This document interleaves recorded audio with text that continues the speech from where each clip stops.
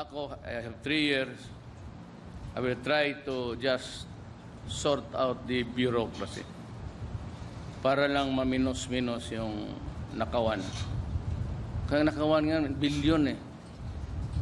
Hindi sila marunong. Sabi ko ng PhilHealth si Doktor, when you assume an entity already in existence, then you look what has been going on in nung nakalampas na panahon in the past and where you are going to proceed. At saka kung may negosyo ka ng pera, huwag mong isulo lahat yung pawis mo doon, anong gagawin mo para bukas. Tignan mo yung sa likod, sinong may utang na kung hindi bayaran, you go kapot. Maubos din ang pera, hindi na makatulong yan sa PhilHealth sa buong Pilipinas.